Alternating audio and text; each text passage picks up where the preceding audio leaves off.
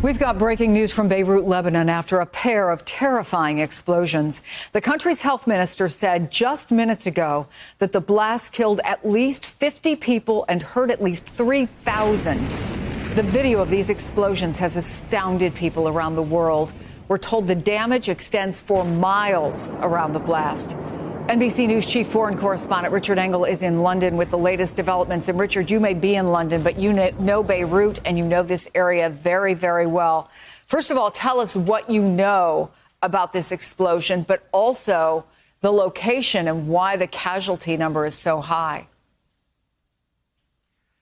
Well, the casualty number could go up if you look at the video, and there's multiple angles of this video. It was right at the port, which is in the center of Beirut. Yes, as you mentioned, I lived there, not very far from this for several years.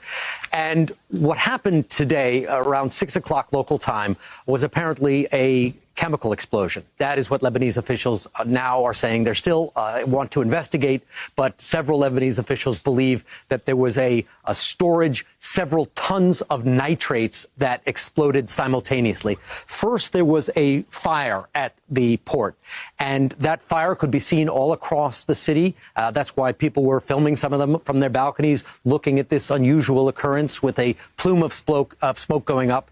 And there were sparks coming out of the center of the fire. Some people thought it looked like fireworks, and there were initial reports that this may have been a fireworks storage facility. Lebanese officials say this was no firework accident. As the initial fire was burning, that set off, apparently, these tons and tons of nitrates that sent an enormous shockwave that just rolled all across the city, caused significant damage, caused thousands of people to be killed or injured.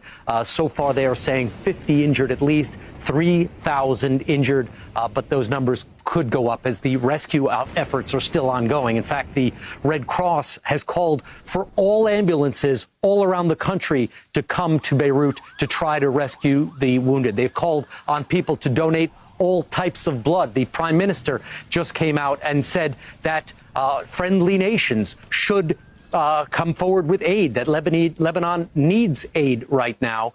The country is going through an economic crisis. It's going through a power crisis. And now this explosion that rolled through the city. People didn't just hear it and feel it in Beirut.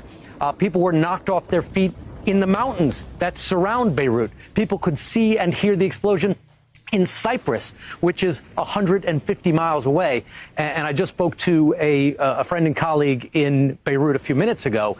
He has no windows. He said basically nobody in Lebanon, in Beirut, has windows right now.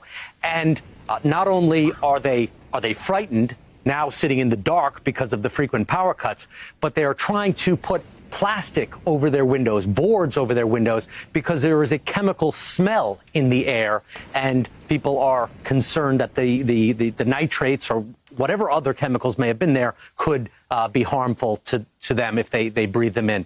The Lebanese prime minister said that these chemical materials, these explosive materials, had been at the port for several years. They had been there for 6 years at least, and that there should be investigations launched as to why this hazardous material was kept at the port right in the center of the capital city.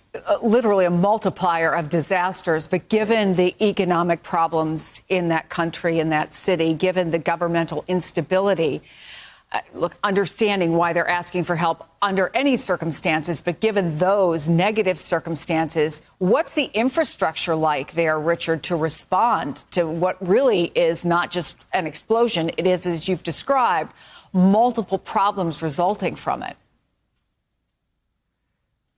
Beirut was on its knees. For the last several months, the country has been in a state of near collapse. The currency has collapsed. There have been runs on the banks. People's salaries have been reduced to almost nothing. People's savings have been wiped out.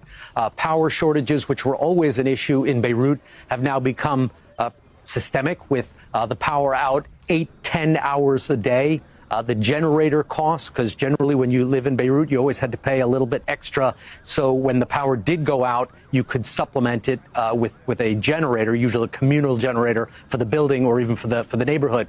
Now they're using those generators so much that some people are spending their entire salaries just for auxiliary generator power. And then on top of that, you have a situation, this mysterious explosion that wipes out a part of central Beirut and is felt all across the surrounding area. So if you're in Beirut tonight and your savings are gone, and now you're trying to tape up your window because you're afraid of the chemical smell coming in and harming you or your family, it is a very, very trying time to be in Lebanon right now. Hey there, I'm Chris Hayes from MSNBC. Thanks for watching MSNBC on YouTube. If you want to keep up to date with the videos we're putting out, you can click subscribe just below me or click over on this list to see lots of other great videos.